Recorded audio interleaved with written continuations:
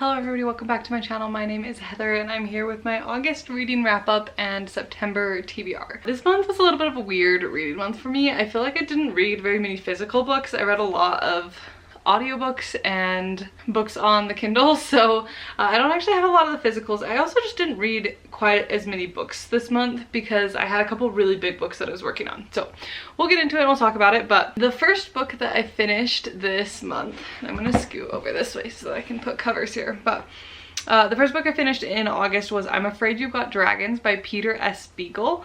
This one is a fantasy book set in a world where dragons are basically like pests, essentially, and you're following this guy who his job is to be the dragon exterminator for like the kingdom he lives in, and he hates being the dragon exterminator. He loves dragons. He like does not see them as pests. He wants them as pets, and so you're kind of following him as he deals with this whole thing. And then you're also following the main princess in this kingdom as she is trying to find a prince to marry. And then you follow one prince who is setting out to basically try and become knightly, I guess would be the word. He's trying to become like a prince. So he's trying to go out on like these quests to prove that he can be like a good prince. So those are kind of your three main characters that you're following as you go through this book. And it just becomes, they all kind of cross paths, and it just becomes this fun little story about all of us trying to become something we aren't, and learning to embrace who we really are. And it was fun. It wasn't exactly where I expected to go. Peter S. Beagle, I've read one other book by him, and that was The Last Unicorn. And he has a very distinctive writing style that is very descriptive, very like classic fairy tale feeling in a good way, but they're not like the most fast-paced books ever. I also expected this one to be a little bit more funny. Just again, the tone of the title and stuff made it seem like it might be a bit more of a humorous book. It's not really funny. There's like a few funny moments, but overall it's much more, I don't know what the term would be for it. It's very like a coming of age type of story, I guess. It's very introspective. It's fun, but it's not funny. So overall, it was a good book. I did enjoy my time reading it. I gave it 4 stars. Again, not like my most favorite book I've ever read, but it was good. And then I finished another audiobook because I was working on a really long book during this time frame, and so that's why I got through a couple audiobooks in the time that took me to read that book. But the next one that I read was Penrick's Fox. This is the 5th book in the Penrick and Desdemona series by Lois McMaster Bujold. This is a series of novellas that are kind of a spin-off of a larger fantasy world by this author. I have not read the main world, but I have read several of these novellas at this point. I've been listening to them all on audiobook. And this one was good. I gave it 3.5 stars. It wasn't like my favorite of the Penrick and Desdemona ones, but you're basically just following, if you don't know the premise of the whole series, Penrick is this young man who accidentally gets possessed by a demon. And they have this very like, what would be the word, symbiotic relationship between him and the demon. It's very Venom-esque, where like they're both separate entities but just living in his body.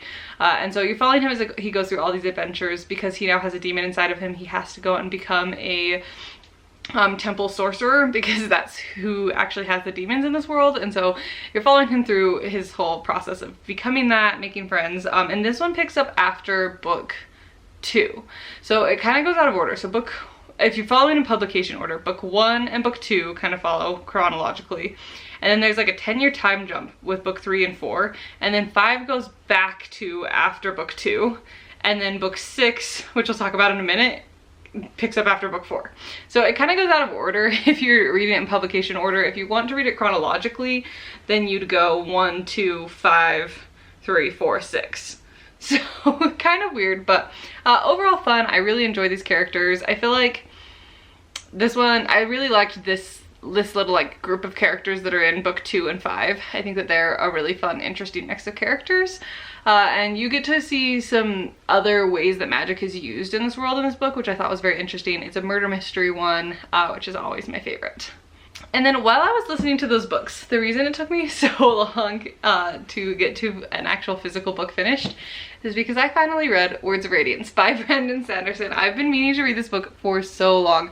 I read Way of Kings over a year ago, and so I finally got around to this one. And I will say I was struggling a little bit to remember all of the names and plot points from book one. I took way too long of a break in between. Definitely would not recommend taking that big of a break, but I gave this one like a 3.75, maybe a 4-star. Overall, this book was kind of slow for me, which I know it's a big book, but the first one did not feel as slow as this one. We finally, at a certain point in this book, got to where all of the different POVs were kind of in one location and we weren't jumping storylines, so that did help a bit for me.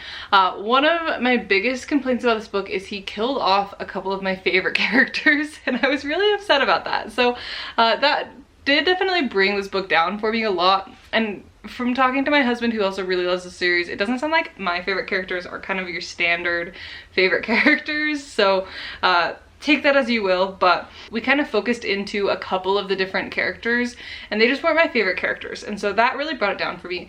There are a lot of side characters that I really enjoy in this book, and some of them I didn't necessarily have much of a connection to in the first book, but by the end of this book I was really enjoying their storylines, so I'm really interested to see where the next book goes. I'm definitely going to continue the series. My husband has told me to read Warbreaker first before I read the third book so that I can pick up on some of the connections, so I'm gonna do that, but I am committing to not waiting so long in between reading this one and the next one, so hopefully I can read Warbreaker before the end of the year, and then I can at the beginning of next year read the third book. So overall good. I don't really have a lot to say about the world overall. I feel like these books are just objectively impressive.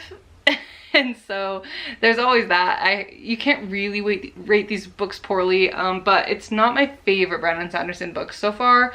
I'm a bit of a plot reader, and these are very character-based books. The plot is taking a really long time to come around, and I'm not really sure where we're going. So that's kind of my biggest thing that I'm struggling with these books, is I just don't get exactly where we're going with them, and so it's making it hard for me to maintain momentum with the books. And I did read this one in a vlog, which should be up before this. I believe I already posted that video. Yeah, the video right before this, my continuing series, I have more in-depth thoughts in that video, so if you want my like full thoughts on this book, go check out my last video. And then same thing on these next couple of books that I'm finished. They're also in that continuing series video, so just be aware there's more in-depth thoughts there if you're really interested in any of these other books that I'm talking about. But the next one that I finished in that video was All of Our Demise. This is the sequel to All of Us Villains. I gave this one 4 stars. I think this is a pretty solid YA fantasy duology. You're following basically this world where you have, what's the terminology they use, right? You have high magic and then you have like common magic, and everybody has common magic, but there is only high magic existing in this one town, and there's 7 I think powerful families that fight over it, and they have a tournament every 20 years to see who gets to be in control of the high magic for the next 20 years. And so it's time for the next tournament. It's a tournament to the death, and everyone's picking their champions, and you're kind of following through the tournament and how it goes from there. And there's a lot of other things that go into this book. You're having a whole thing. There's somebody who wrote a book that basically told the world about this competition that nobody knew about. And so now you have paparazzi involved in the news, the government's now getting involved. It's like this whole thing. This one I thought was a very good follow-up to the first book. I think I like the first book a little bit better, but I do think that overall it felt very similar to the first book. Like I felt like they were on about the same level. So if you're looking for a really solid YA duology, this duology was really good. You're following every character is morally gray, so there are no good guys really, but there are really bad guys. But I thought that was a really fun twist, and I liked following every character being a villain. And then the next one that I finished, I actually read on the Kindle, and that was Supernova. This is the 3rd book in the Renegade series by Marissa Meyer. And I gave this one 3.5. I felt like this series overall was dragged out just a little bit too long. I felt like I could have used some shortening. I also think that the book series overall would have been more interesting if the events in book 3 happened in book 2.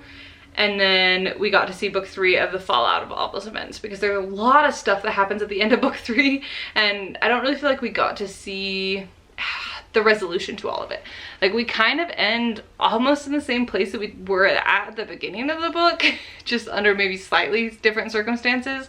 And I was really hoping to see them actually make some progress in this some semi-dystopia that they live in.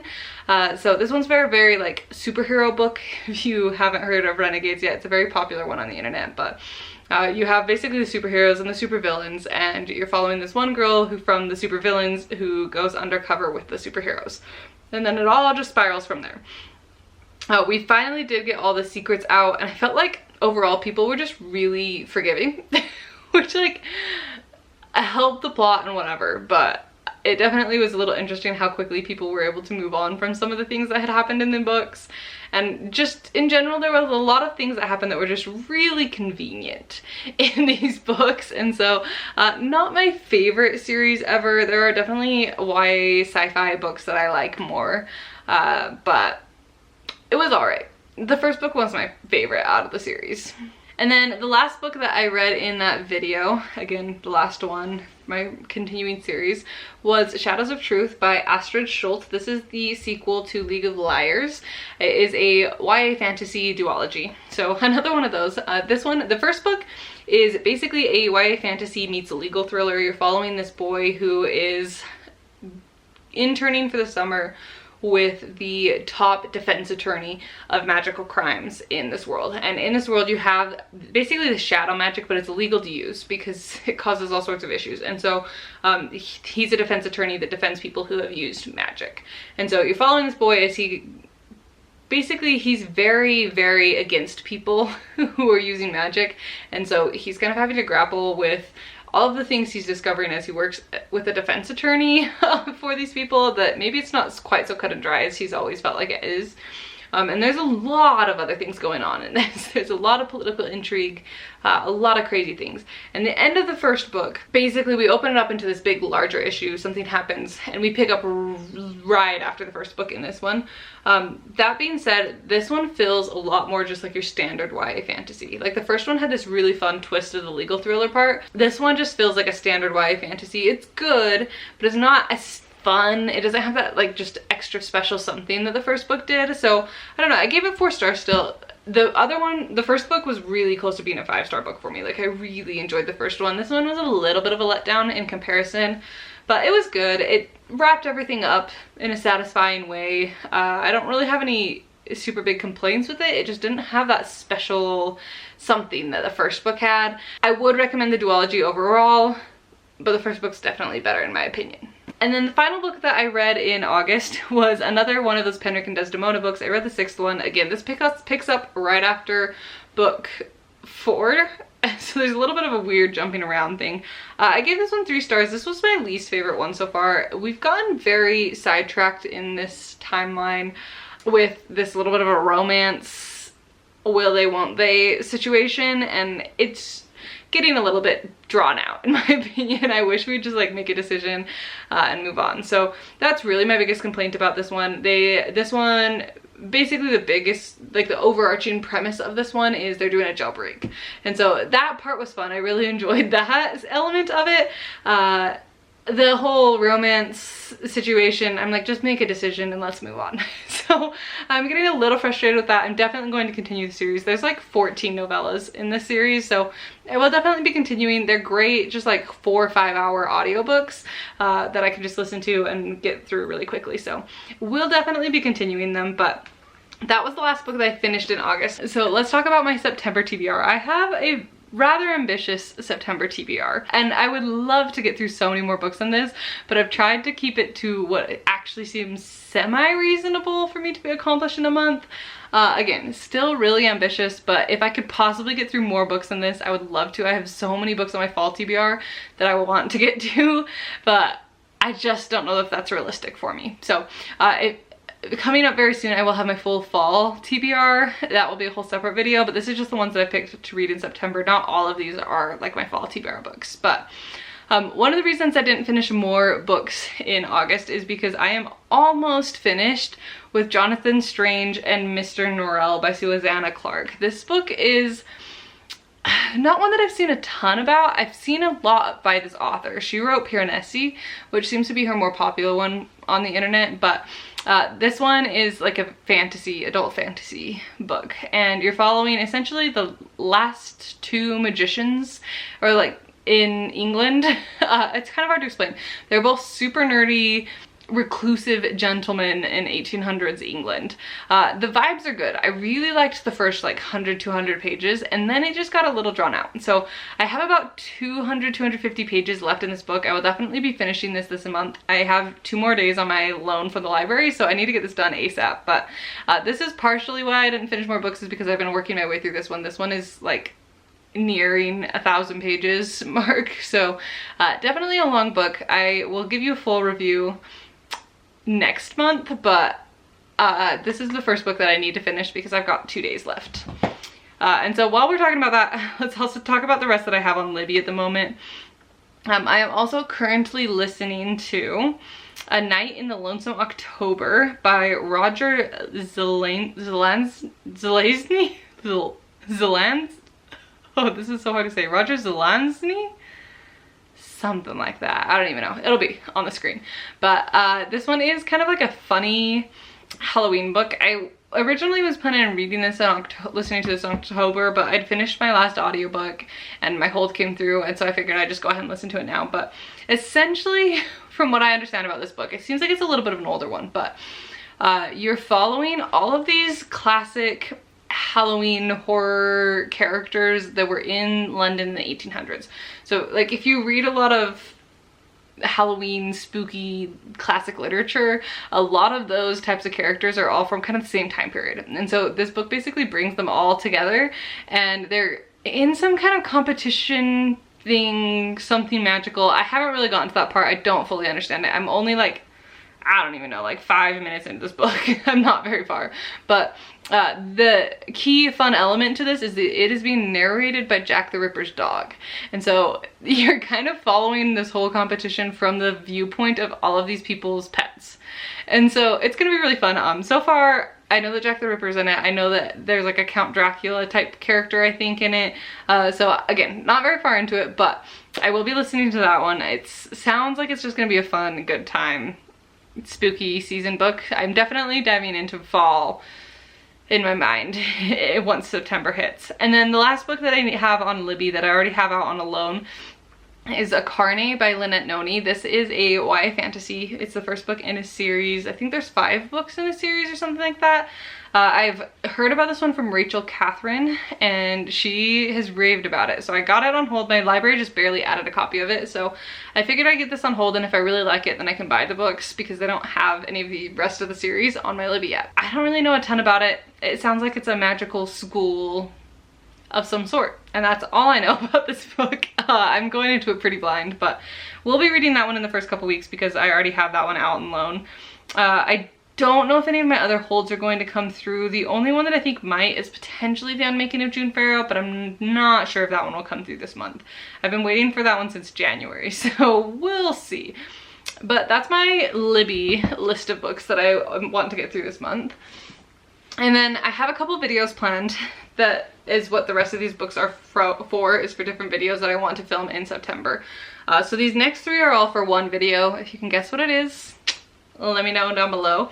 But one of them is In the Time of Butterflies. This is by Julia Alvarez. And this one is hard to explain. It's based off of true events in the Dominican Republic. You're following, so there were these 3 sisters who died in a wreck, and there's a 4th sister that's still alive. And it sounds like it has something to do with them maybe being kind of revolutionary against the dictator at the time. And so you're following it from the point of view of all 4 of them as they talk about all these crazy things that they're involved in. And potentially this death was not an accident. It was not just like an accidental car wreck. So I don't know, I've heard this one is kind of heavy and really intense, but it also really good. And again, it is based off of true events, so I'm very curious to read this one. It sounds really good and really thought-provoking. So that's In the Time of Butterflies. And the next one for that video is A Small Place by Jamaica Kincaid. This one kind of seems a little bit like a classic book. I don't know if it's like a classic, but I feel like that's kind of the realm of where I've seen it talked about. I'm not even sure exactly what this one is about. It might be, I think maybe it's like an essay about her life growing up. Yeah, I don't really know anything about this one. I'm going into this one quite blind, but it's a nice little short book, so that does make this slightly more reasonable. And then the next one is The Girl with the Hazel Eyes by Callie Browning. This one is kind of a mystery book, it sounds like. You're following this girl who is basically, she's been hired to write a biography about this famous author who 50 years before had written a book, like a whistleblowing novel, about what? I'm not entirely sure. Some kind of crime. I'm not really sure. And so as this younger author is writing this biography about this author, she starts to learn that there's maybe even a little bit more to the story than what was given in this book, and that there's some extra secrets that still need to be uncovered. So that's what this one's about, and I'm really excited about that one. Okay, and then the last one for that video is Black and White Sands by Elma Napier. Not sure, I need to look up how to say that name, but you're following this woman who moves from London to the Dominican Republic. Again, I don't really know. This is a TBR. I don't really know what's going on with these books yet, but you're basically just following her life as she transitions from like London city life to island life. And so that's what that one is. So those are 4 books. If you can guess what that video is, let me know. I'm excited about it. I think that those will all be good books. That last one is on its way in the mail, so hopefully it'll be here soon. And then there's one other video, which is actually probably the one I'll film first, just because I'm excited to get to these, but I'm just trying to check some books off my TBR. So probably the next reading vlog that you'll see from me is going to be reading my physical TBR. So these are the books that I picked for that video. One of them is on my fall TBR. So spoiler, that will be coming out in that video very soon. But this is A Study in Drowning by Ava Reid. I've read or heard a lot about this book. A lot of somewhat mixed opinions, honestly, of people loving or not loving it. This is kind of like a light academia book, I believe is the best term for it. You're following, if I remember correctly, these 2 students who have a favorite author and they get different jobs on his estate. One of them is maybe writing a book about him, potentially. Maybe they both are. I'm not really sure. I think they're kind of academic rivals. Honestly, unclear. I want to say there was something about her like wanting to get into an architecture program, but they wouldn't let women in, and so then she's in a literature program, so then they both end up there. I don't know, something like that. And as they're learning about this author, as they're living on his estate because he's died, they start to uncover that maybe his fantasy books aren't so fictional as they thought, and there's some potentially spooky things going on in the woods on this estate. That's as much as I know about it. Honestly, I'm not very clear on exactly what the plot is, but it sounds like a good transitioning into fall type of YA fantasy. I'm very interested. The second book I think just came out not that long ago, so if I like it, there is a second book out now. So I'm very excited about this. This edition is beautiful of this book. The end papers are cool. It's got this really cool gold foiling on the front, which honestly I think I like better than the actual cover, but just really good vibes of this book so far. And I haven't read it yet, so we'll get to that one very soon. And then a book that I've been meaning to read for so long, like all summer, The Last Murder at the End of the World by Stuart Turton. This one is my last novel by Stuart Turton before I finished his novels backlist. I have one like short story collection that he wrote a story in that I will probably try and read this winter, and then I'll be done with his entire backlist, which is exciting and also sad at the same time because I'm really obsessed with Stuart Turton's books. I think they have the most unique ideas. They're like fantasy mysteries, and I love them so much. So I need Stuart Turton to write another book, but he's not announced one, so that is unfortunate. But basically you're following this world where there's this like fog that has killed everybody except for the people on this one little island, and there's a bunch of researchers on it, and they're like trying to keep everyone alive. And then all of a sudden one of the researchers dies, is murdered, and that all of a sudden lowers their security system, so the fog starts creeping in, and so they're like on a timeline to solve this thing before the fog kills them all. So I don't know, it sounds really crazy. I'm sure it's gonna have lots of fun twists and stuff, and it seems very like islandy, lighthousey, so it feels like a good end of summer transitioning into fall because it's murder mystery type of book. I'm very excited for this one. I will be reading this as soon as I'm done with Jonathan Strange and Mr. Moreau. And then the last book on my TBR for the month is Hemlock and Silver by T. Kingfisher. This is her newest release. I'm very excited. This one is a Snow White retelling, but maybe a little bit darker, and you're following this lady girl who is like a physician. I guess she's not a physician, she's a poison master, potentially. And so she basically like knows all about poison. So when Snow White gets poisoned, they come to her and she grudgingly agrees to help heal Snow White, or try to, and it sounds like it just kind of goes from there. So I'm very excited. I'm hoping, I think it's like a dark retelling, which I love. A Sorceress Comes to Call, T. Kingfisher's book that she released at the very beginning of the year, is still one of my favorite books of the year so far. So I have very high hopes for this one. I'm very excited for it. I will be reading this one very soon. So that is my September TBR. Again, there are other books that I would love to get to this month, but I'm trying to keep it somewhat realistic of what I actually think I can finish in a month. So watch out for my reading vlogs. My fall TBR will be coming up very soon. It'll be probably my next reading video. It'll either be my fall TBR or my fall recommendations. Those are the next 2 book videos that I have coming up. So thank you so much for watching. I'm so excited for fall and fall reading. I feel like it's the best time of year, so I'm very excited. I will definitely be trying to film lots of reading vlogs with all of my spooky fun books. When October comes, I will be fully into the spooky books. I have already figured out my October TBR and I'm very excited about it. So but with that, I'm going to go ahead and end this video here. Thank you so much for watching. I hope you enjoyed, and I will see you in the next one very soon. Bye.